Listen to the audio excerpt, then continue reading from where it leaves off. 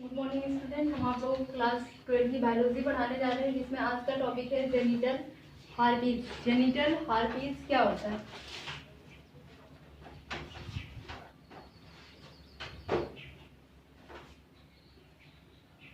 Genital हार्पिस आप लोगों को आज यही बताना है कि जेनिटल हार्पिस।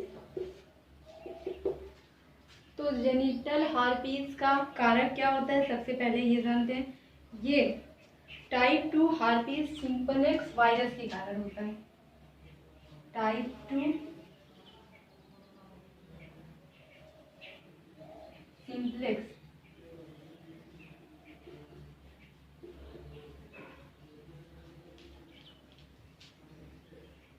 सिंपलेक्स वायरस के कारण होता है। वायरस के कारण होता है। जो इसका कारक होता है टाइप 2 प्रकार का होता है, जो हर्पीस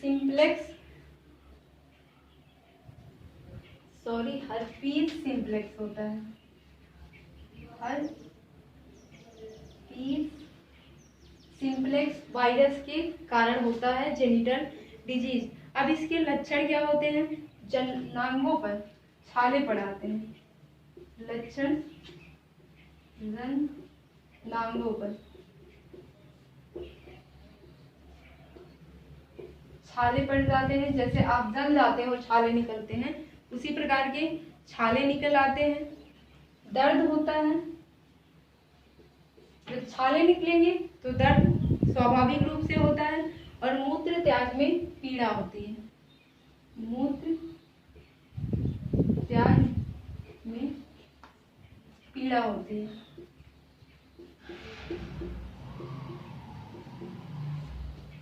तो जेनिटल हार्पिस का कारक है टाइप 2 हार्पिस सिंप्लेक्स वायरस। और इसके जो लक्षण होते हैं, ये जनांगों पर छाले, दर्द, मूत्र त्याग के समय पीड़ा होती है। इसका कोई भी निश्चित उपचार नहीं है। आप इसका, अगर जेनिटल हार्पिस किसी को भी हो जाता है, उसका निश्चित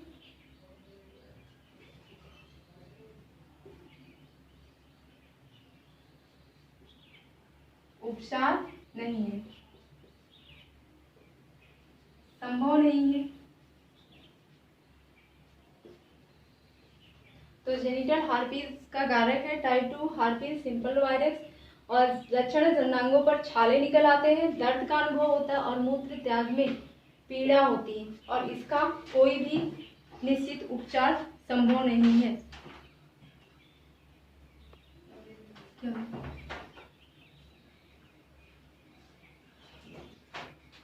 दूसरा आपको पढ़ना है जेनिटल वार्ड।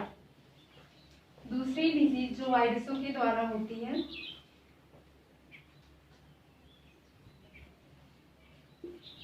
जेनिटल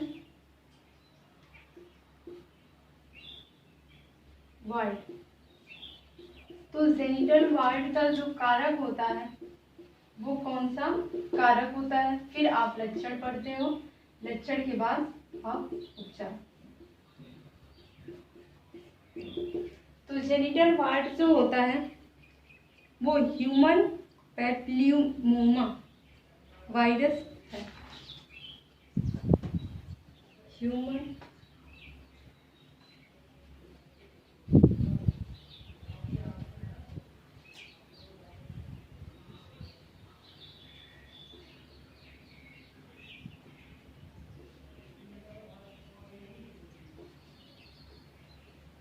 वायरस है, जिसे आप HPV के नाम से जानते हैं। इसके लक्षण क्या होते हैं? स्त्रियों के यौन युग्मों में मस्से निकल आते हैं, जो बाद में कैंसर में बदल जाते हैं। मस्से का मतलब होता है, जो मस्से यहाँ पे बताया जा रहा है कि मस्से निकल आते हैं, उसे गांव की भाषा में कहते हैं बहुत ज़्यादा पानी गिरता है या धात, कुछ गाढ़ा लिक्विड टाइप का होता है। और वही बहुत ज़्यादा स्रावित होने के कारण क्या होता है, जो मस्से बोल रहा है वही बहुत ज़्यादा स्रावित होने के कारण एक दिन कैंसर बन जाता है। कैंसर किस कारण बन जाता है? वहाँ पे घाव बन जाता है, पानी गिरते गिरते वहाँ पे घाव बन जाता है उस जननांग पे, और घाव बनने के कारण वहाँ पे कैंसर रोग हो जाता है। और कैंसर रोग होने के कारण इसका भी इलाज संभव नहीं है। उपचार इसका एक है लेजर सर्जरी। लेजर सर्जरी के द्वारा इसका इलाज किया जाता है। जेनिटल पार्ट का उपचार सिर्फ लेजर सर्जरी है, इसके अलावा और इसका कोई उपचार नहीं। अब आपको पढ़ना है यौन संचारित रोगों की रोकथाम किस प्रकार किया जा सकता है।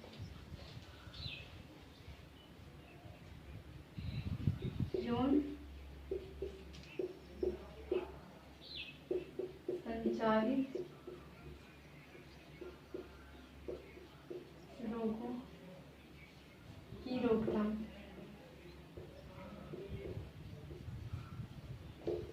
तो यौन संचारित रोगों की रोकथाम, पहला, किसी भी व्यक्ति से, ऐसे किसी भी पुरुष से यौन संबंध न बनाएं। ऐसे किसी भी पर्सन से यौन संबंध बनाने से यौन संचारित रोग हो जाते हैं। अनजान व्यक्तियों से कह सकते हैं, अनजान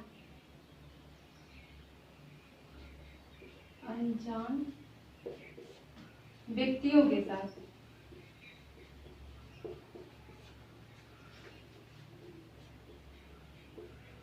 यौन संबंध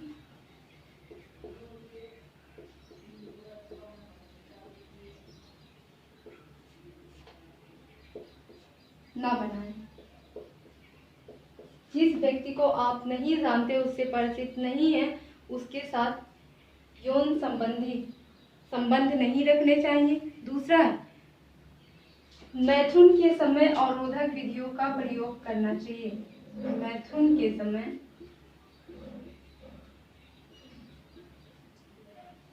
अवरोधक विधियों का प्रयोग करना चाहिए।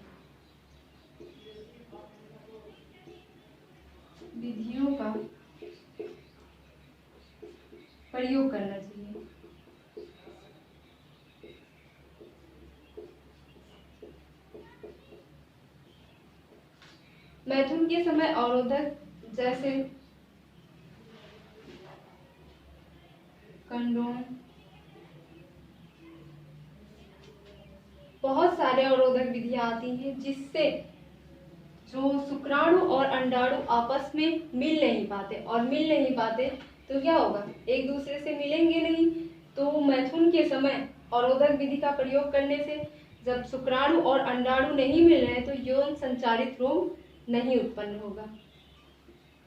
तीसरा है सदैव रोगाणु रहित सुई यौन सिरिंज का उपयोग करना चाहिए। रोगाणु रहित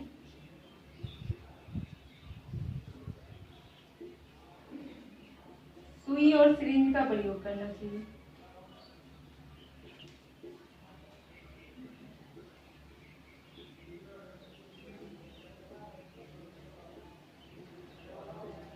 नहीं तो इससे भी जिन लोगों को जैसे HIV हुआ रहता, वो भी यौन संचारित रोग है, उन्हीं सुई जो सिरिंज है उसका प्रयोग करने से भी यौन संचारित रोग आपको हो सकता है, चाहे आपका किसी व्यक्ति से संपर्क हो या ना हो। यौन संचारित रोगों की रोकथाम आप कई विधियों से कर सकते हैं, जैसे अनजान व्यक्तियों के साथ यौन संबंध ना बनाएं। दूसरा, मैथुन के समय अवरोधक विधियों का प्रयोग करना चाहिए।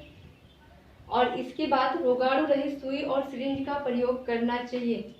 जिस व्यक्ति को यौन संचारित रोग हुआ रहे, उसको जो सुई लगी हो, सिरिंज लगी हो, आप उसका प्रयोग ना करें। करने से आपको भी यौन संचारित रोग हो सकते हैं। इसके बाद आपको पढ़ना है सहाय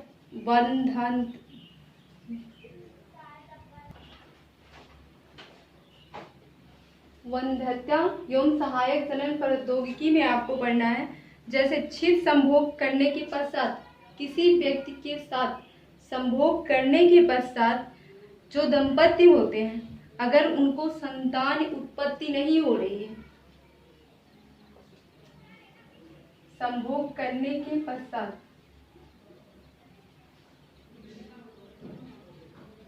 करने के पश्चात अगर दंपति को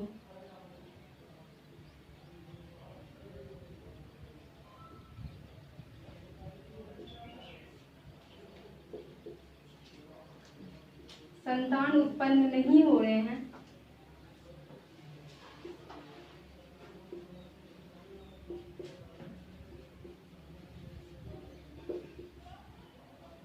होते तो उसे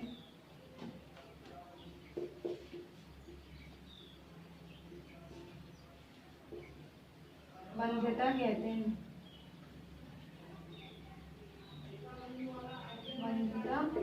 वंध्यता कहते हैं। अगर किसी भी दंपति की संभोग करने के पश्चात, मैथुन करने के पश्चात संतान उत्पन्न नहीं कर पा रहे हैं तो उसे वंध्यता कहते हैं। जैसे ये दो प्रकार का होता है, एक प्राथमिक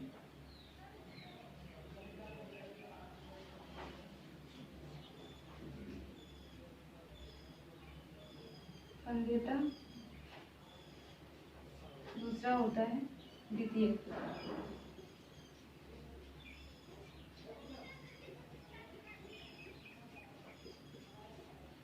तो ये दो प्रकार का होता है। प्राथमिक में क्या होता है, अगर विवाह के 1 साल पश्चात संतान की उत्पत्ति नहीं होती है तो उसे प्राथमिक वंध्यता कहते हैं। अगर विवाह के 1 साल पश्चात या 1 साल के अंदर में जो दंपति होते हैं उनको संतान की उत्पत्ति नहीं होती है तो उसे प्राथमिक फर्टिलिटी भी कहते हैं, प्राइमरी फर्टिलिटी। प्राइमरी फर्टिलिटी भी कहते हैं। दूसरा है द्वितीयक, सेकेंडरी फर्टिलिटी किसे कहते हैं?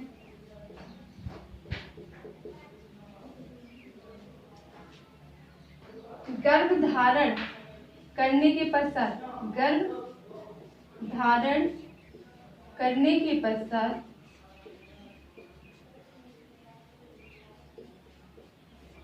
कुछ माह के पश्चात जो शिशु होता है वो गिर जाए, प्रेगनेंसी जो होती है खराब हो जाए।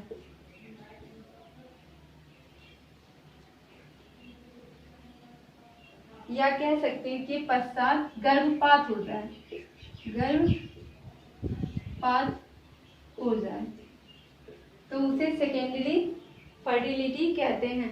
तो संभोग करने के पश्चात अगर दंपति में संतान उत्पन्न नहीं होते हैं तो उसे वंध्यता कहते हैं।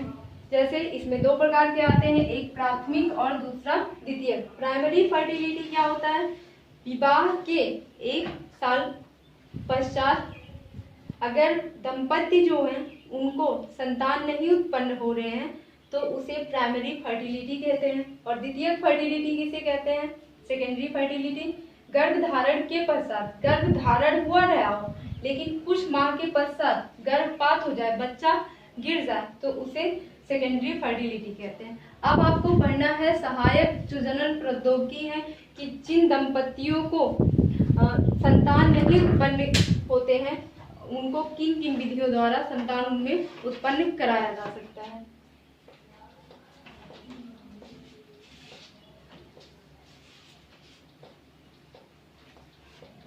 क्या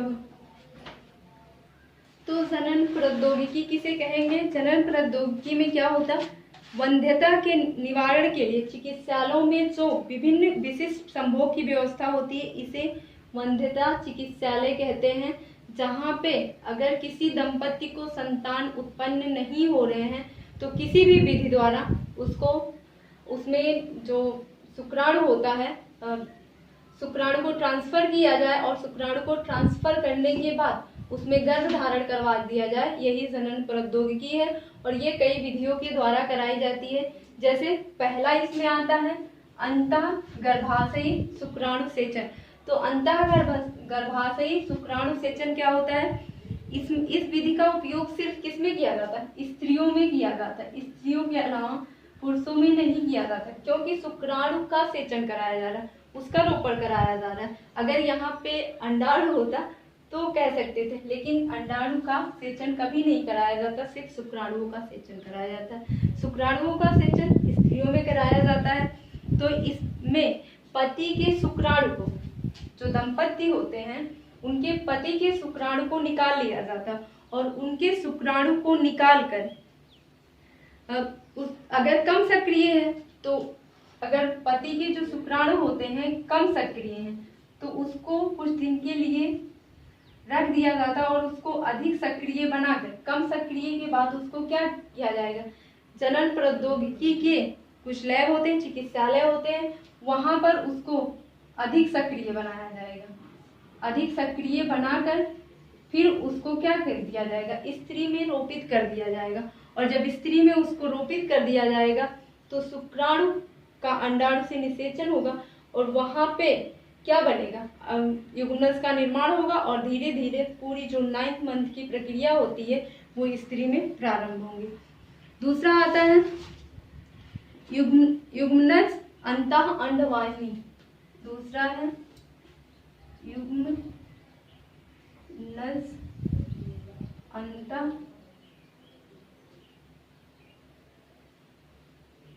अंडवाहिनी।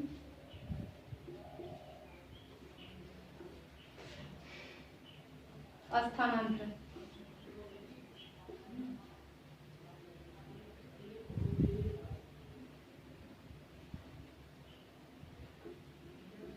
तो युग्मनज अंतः अंडवाहिनी स्थानांतरण में क्या होता है? इसमें प्रयोगशाला में अंडे को, जो इसमें अंडवाहिनी, अंडे को निषेचित किए जाते हैं और युग्मनज जाइगोट सब बन जाता है। यहाँ पे जब स्त्री और पुरुष दोनों के शुक्राणु और अंडाणु मिल रहे हैं, तो कहाँ पे? अंडवाहिनी से उसका स्थानांतरण किया जा रहा। तो वहां पे जब, जैसे आपको बताया गया था, शुक्राणु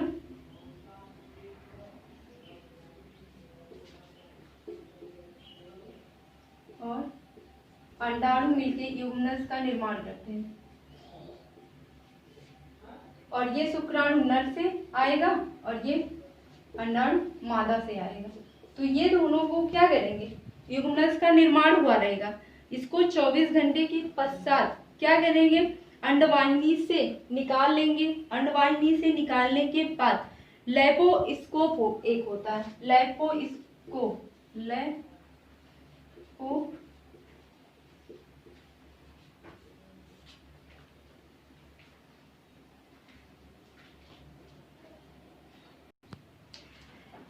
लैपोस्कोप एक प्रक्रिया होती है जिसके द्वारा अग्रिम परिवर्धन, जो युग्मनज होता है, इसके अग्रिम परिवर्धन को स्थानांतरण किया जाता है, और फिर युग्मनज अंतः अंडवाहिनी स्थानांतरण करवा दिया जाता है, जिससे पूरे जो 9th मंथ की प्रेगनेंसी के बाद युग्मनज का निर्माण हुआ था, जब शुक्राणु और अंडाणु का निषेचन कराया गया तो युग्मनज का निर्माण हुआ, और लैपोस्कोप के थ्रू क्या हुआ? इसको परिवर्धित कराया गया, और परिवर्धित कराकर फिर इसको स्त्री में रोपित करवा दिया गया, और रोपित करवाने के बाद फिर 9 मंथ के बाद नए संतान की उत्पत्ति होती है। तीसरा है युग्मक या अंतः अंडवाहिनी। तीसरा है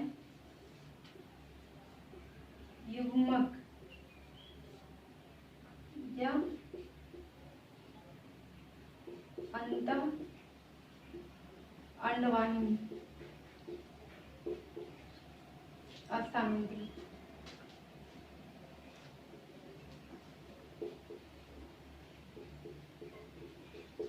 युग्मक या अंतः अंडवाहिनी स्थानांतरण में क्या होता है? इस विधि में प्रयोग उन स्त्रियों के लिए किया जाता है जो अंडाणु नहीं बना सकती, जिनकी कहते हैं इम्ब्रियो जो होती है वो बहुत वीक होती है।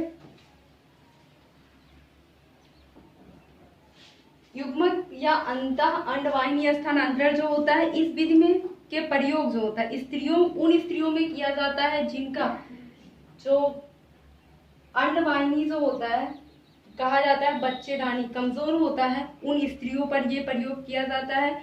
और पुरुष के निषेचन के पश्चात इसे परिवर्धन के लिए उपयुक्त वातावरण में रखा जाता है। इससे एक दाता स्त्री के अंडाणु को लेकर दूसरे स्त्री में डाला जाता है। एक दूसरी स्त्री से इसके अंडाणु लिए जाएंगे और दूसरे स्त्री में ट्रांसफर किया जाएगा। तब युग्मक का जो होगा, जो 9 मंथ